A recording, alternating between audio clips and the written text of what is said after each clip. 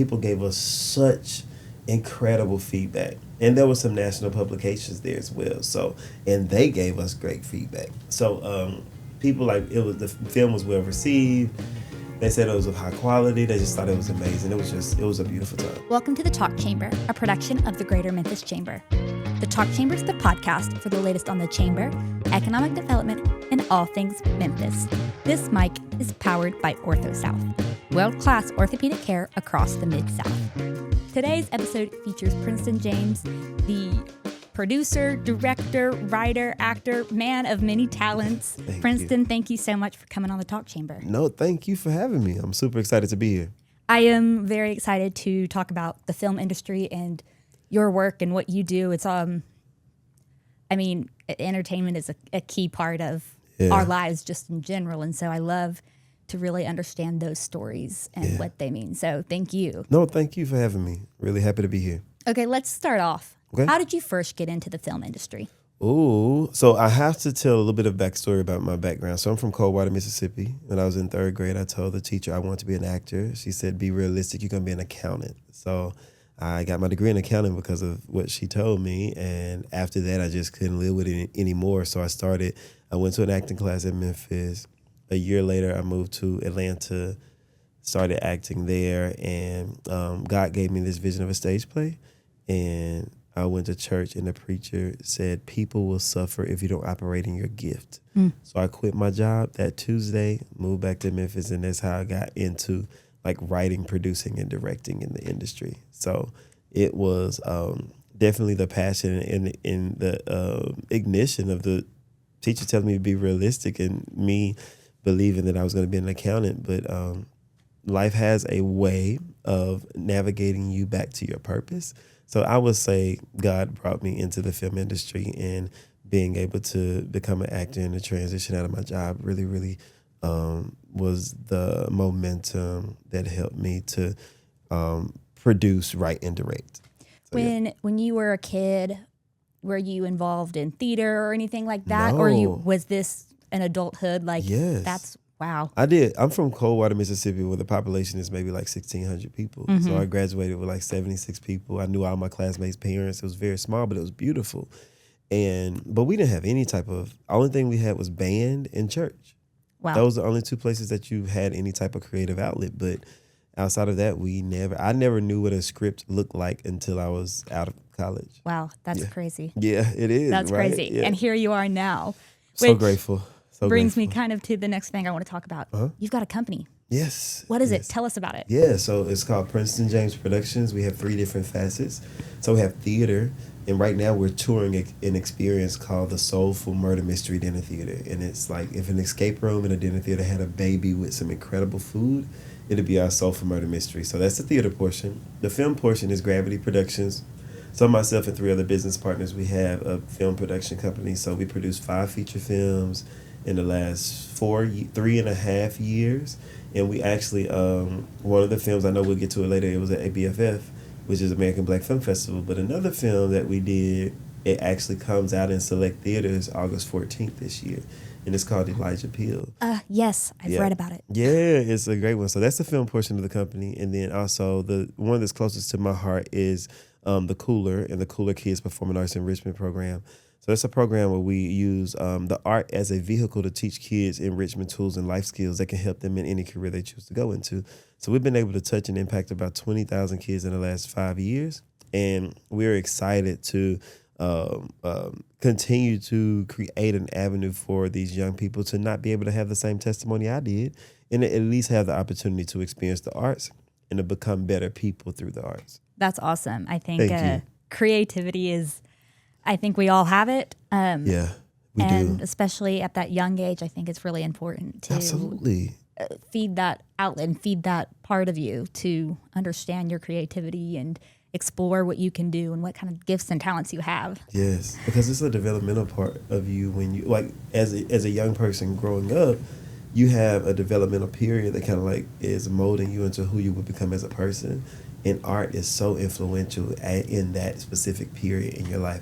Art is influential throughout your entire life, but especially as a child. Yeah, and that's just so cool. And this business is of yours. How long have you been Princeton James Productions. You know, the fun thing is it's 10 years this year, and we're having our 10-year anniversary this year, July 17th through the 19th. Oh my gosh, Have a 3-day congratulations. weekend. Thank you so much. So it'll be 10 years this summer, and it's been a roller coaster of things, but most of all, I'm grateful to serve the vision that God gave me. That's awesome. Yes. So talking about your work and the projects that you've worked on, what are some of those projects? You mentioned Elijah Peel, Yes. Elijah Peel, but I know there's so many. So just share a favorite or one that was impactful, whatever. So I was working on a lot of like independent movies, short films. Even as an actor, I worked on tons of them. I was just in whatever could come. But if we're talking about film specifically, the first film that I worked on behind the scenes was Uncorked, a Netflix movie. I've seen that. Yeah, thank you I for love watching that. And I actually auditioned for a role while I was working behind the scenes.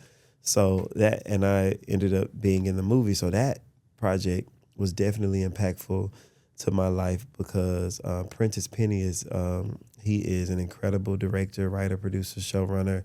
And just to be able to see a Black man be able to like direct a set and do so many incredible things, it was just very inspiring. So that was a project that really, really inspired me. Of course, working on Bluff City Law, I was Jimmy Smith's personal assistant on that show. So that was incredible. That's cool. Yeah, because to spend 10 months with him, and he's one of the best humans I've ever met in my life, as well as Prentice is. So that was incredible because I was able to see all of the workings of a television show. And then there was another project, Young Rock. I was a showrunner's assistant on that and working with Nanashka Khan and Jeff and Jen and so many other people, but they were the showrunners of it. So I was their assistant, and it was they were such incredible people and just taught me a lot and pulled me aside and allowed me to be a part of every single meeting that they were in or however. And they were just very, very flexible, humble, and still incredibly talented people. And then like every project I work on with Gravity Productions, like from Queen Rising was the first one we did. Out the Gate was incredible. That was my directorial debut in a feature. Really? Yeah, it was. And it was hard, but it was incredible just to see our communities come together because that was one of the first times like the film community was like kind of divided in a way, but that was one of the first times that a lot of people from the film community came together and produced an independent project. And so it was incredible. And shout out to Henry Reeves, that was his movie. And then after that, we worked on For the Love of Christopher and Elijah Peel, and Hoop Street was that was my second director role on a feature film, and that's the one that went to American Black Film Festival. And shout out to Teresa Dickerson and the entire cast and crew for that as well. 2 quick rabbit trails. Yeah. Fun fact, I was on an episode of Bluff City Law. Really? Really? Do you remember what episode? I cannot remember the name of the episode, and you couldn't even see me in it. I was a student, and I was walking by. Oh, that's awesome. Did you have a fun time? It was awesome. It was I'm such sure a great, we were great on time. set together. I was going to say, we definitely crossed paths, but... Where did they shoot? Where do you remember? It was at this church, and there was a hallway, and we were supposed to be like college-age students walking through, walking down a hall after class. Which church it was? Probably not. It was a while ago. It was a while ago. I've for a long time I've driven by this one church, and I'm like, is that the church? Yeah. I can't remember. But it was like 7 years ago. Right. So that was a long time ago. That's awesome. So we were probably on set together. We just did not know each other. But yeah, Bluff City Law was cool. Queen's Rising. I went and saw that in theaters. Really? Brought my best friend to it. Still have my ticket stub. I loved it. Really? Thank you. Yes, I did. I was so like grateful to steward that project. It was one of the first ones. I cut my director teeth on that project. So it was a lot of fun and also very, very challenging. So thank you so much. I'm happy you enjoyed it. No, of course. I did. I brought my best friend. We both really liked it. I think I think I saw something on TikTok maybe about it. Yeah. And I was like, oh, this looks interesting. Yeah. Unbeknownst to me, I didn't understand the Memphis connection. It just looked interesting. And so I was like, sure, let's watch this. Thank you so much. Thank you. We really appreciate you watching it. It was a great watch. I really I still enjoy watching it whenever I get a chance to show it to people. But yes, thank you so much for going to see it. Of course. Yeah. So shifting just a bit to talk Okay. about the American Black Film Festival. You just got back. That My was maybe goodness. last week, 2 weeks ago. I just got back 2 days ago. Wow. Okay, Yeah. tell us what happened there. American What Black was it Film about? Festival. So let me just say, so it was probably one of the best film festivals I've ever attended in my life. And I've been to a lot of film festivals. It was just so beautiful. And as a Black writer, director, producer, it was just so beautiful to see so many Black stories be told at a high level. And also to see such a well-produced festival. Everybody was there too. It was like Black Hollywood was there the entire time. And and sometimes you have you been to a film festival before? I have not. Okay, so when you go, sometimes festivals will have so many things going on to where you're like, oh my God, there's 4 things going on at the same time. I can't do it. They had a lot going on, but it wasn't overloading to where you missed a lot. And when they did have things going on, it was always well produced. It was high talent. It was quality. It was, and it was much like a family reunion meets a film festival.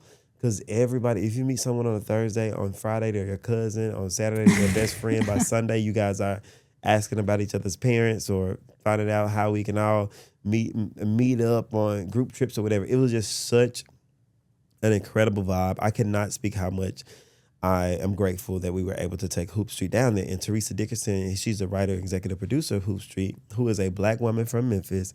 And she actually saved up her own money to produce this film. And there were so many, there were veteran actors in it, but there were also a lot of first-time actors in it. It was just an incredible time. I'm so happy I went, and I probably won't miss it again. I won't miss it because it's just such a great time. So your Hoop Street. Yes. Tell us how did that film end up being part of the festival, and what was the reaction to it? Thank you for that question. So Teresa submitted the film. So when you do film festivals, you just have to submit the film, and then they go through this selection process, and it's very competitive whenever they're big festivals, and this is one of the largest in the country. So when she got in, she called me screaming, and I was screaming, and we were so excited. So we all got together, and we were like, we're going to go. And it was probably close to 30 to 40 Memphians in Miami this past weekend. It was a lot of Memphians in Miami. And when we went down there, the theater was so packed for our film that myself and the other producers had to give up our seats. And then some of the cast members had to give up their seats. And we still had to turn away 10 to 12 people that could not come in. Even my family that flew in to surprise me could not get into the theater because we had already given up all of our seats. And they were all fine. They left and they came back because they've seen the movie already. And they went and grabbed a drink, came back, but then we did the talk back, and people gave us such incredible feedback. And there were some national publications there as well. So, and they gave us great feedback. So people the film was well received. They said it was of high quality. They just thought it was amazing. It was a beautiful time. That is awesome. Yes. I would hate to be the family member, but at the same time, I would be so proud that I got turned away because so many people wanted to be in there. Yes, I was so excited to see them and for them to come down there and make that sacrifice to get down there. And they were very proud too. They were happy to leave. They were like, oh, okay, it's fine. We've seen the movie twice, so it was fine. So it was a great time. I would highly recommend anyone to go to ABFF, which is the American Black Film Festival, and shout out to the entire team down there that creates and curates that festival because it was amazing. So when you went to this festival, you showed Hoop Street, you got feedback. Mm-hmm. What's something that you took away and plan to bring back to your work here and what you're doing in your next projects? What I took away from that festival is family, producing high quality industry level productions, and momentum. I feel as though there was a momentum in the atmosphere down there that we could really, really use in Memphis because Memphis already has the talent. We have the people, amazing stories and culture. We just can go on and on in so many different directions with that.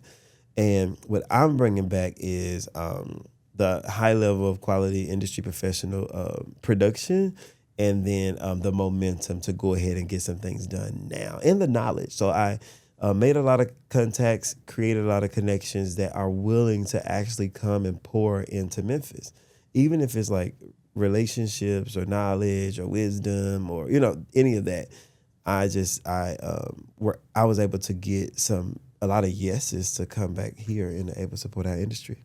That is good news as a native Memphian. I love to hear when people want to pour back into Memphis, whether they've lived here or not. Yes. People who are like, this is fertile ground. Yes, exactly. It is. And you just knew this was coming. A really great segue into talking about the industry as a whole. Yeah. And in Memphis in particular. Yeah. So what impact does the film industry have on Memphis, both economically speaking and culturally? Oh, I think the impact that the film industry has on Memphis, economically and culturally. So I want to talk about it in two things. I want to talk about it one end. I think that it has an incredible impact on Memphis. I think the past films and television shows that have come here have poured like millions and millions of dollars into this space and into our economy. When we have a show here, it was like $50, $60 million at once. I think that is a high potential to have more consistent projects here when they are homegrown. Because there is a different type of investment that we have with Memphis whenever creatives that have some type of grounding or some type of emotional connection or some type of investment to want to see this place be greater in a more healthy economy. And I think that speaks to the potential. And I think that with the right investment and with the right partners and convening and the strategy, I think that we have no problem. It's nothing that's going to come in the way of us having a consistent and viable creative economy here, specifically for the television and film industry. So I don't think there's anything in our way, and I think that there's a huge potential for us to have an even healthier relationship with the film industry and specifically in Memphis. That's awesome. I think, like I discussed, entertainment is a key part of, live, work, play. Yeah. And we need that kind of entertainment in our city. We need people who, create music, create movies, create TV shows. And even though it's not just for Memphis people. Yeah. It's the fact that it's here. Yes. It's filming in our locations. Yep. It's using our people. Yep. It's telling our stories. Yes. And as you said, we've got a lot of them. We got a lot of them, and they need to come from us. They need to come from our lens. And it's not saying, I think other people can contribute to like storytelling and all those things, but I think like for it to be authentic and for it to like reach the masses, I think it's important for us to be able to tell our own stories because we have the lived experience, and there's so much culture here. Yeah. And we understand the city. We understand the city. And, making something authentic and real. Yeah. Art imitates our lives. That's how the storytelling and creativity often works. It is. And I think having a Memphian, having our people share that story can help bring it to life. Yes, I think so. And I think it's also important to speak to the authenticity of when things are come from an organic lens of someone who's had this lived experience, right? So, and then like when people see it and they receive it and consume it, they don't have to be a Memphian to be able to relate to it. Like art is so relatable in ways to where people can feel each other's pain, joy, love, affection, growth, all that just by experiencing something. But when it comes from an authentic place, I think it's consumed even better and it spreads even wider, which helps our film industry become even more profitable. So I think it's going to be insanely important and imperative that we tell our stories. And at this time, the time is now. I mean, you think about people when they say, man, that movie made me cry. Yeah, exactly. It might not have any real connection. It might not be a story they'd ever heard before or had any similarities to, but there was something about the emotion that the characters were experiencing or the way in which it was told that pulled on the heartstrings and made them really connect with it. And now that's somebody's favorite movie. That is, because it doesn't matter what color, your background, your religion, any of that. if someone loses a parent or a child, it's somebody can relate to that. It's in I think that we have so many stories and so many nuances here in this city and here in this culture. And then we have so many layers. We have a church layer, a music layer, a agriculture layer, or a city layer, a governmental layer. There's just so many layers of stories that we can tell, and there's just so many ways that we will build this industry.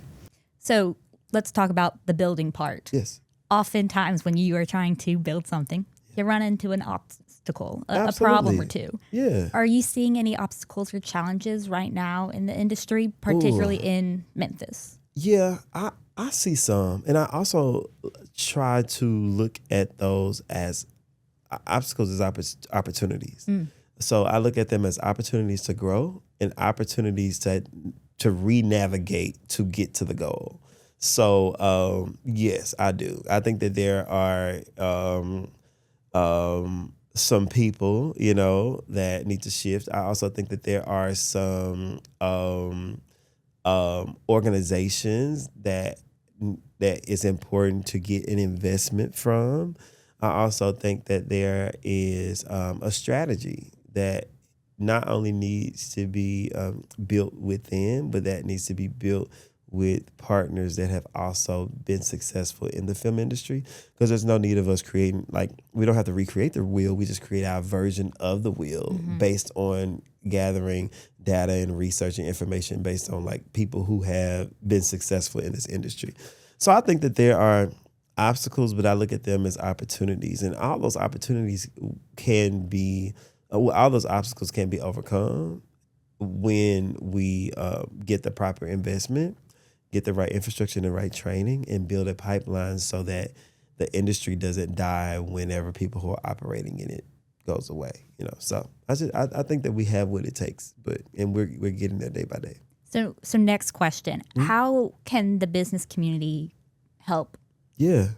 Take those opportunities. Yeah. And capitalize on them. I think if the business community realizes how valuable the film industry can be to their business, I think that they would put even more investment and open their doors to more films coming in and shooting there, and even advocating for more films to be in the industry. Filmmaking is one of those industries where we are not one-dimensional at all. No. It includes so many. It takes so many businesses in order to make a film, make a movie, make a television show, and so on and so on. For instance, the cast and crew has to eat every day. If we have people coming to town, they have to use the hotels. If we have people in wardrobe, we have to go buy clothes and patronize local businesses. If we have all of these different props and things, we have to shoot on location. So that means people's businesses will be on the film as a restaurant, as a lounge, as a church, and so on and so on and so on. And all of those things have a price attached to it. So there's so many industries that are impacted whenever the film industry is placed as a substantial component of a creative economy. So I think that stepping up in a way in investment in accessibility, availability, and partnership, I think are ways that the businesses can contribute to helping push this film industry forward and helping us have more of a robust return on investment in the industry.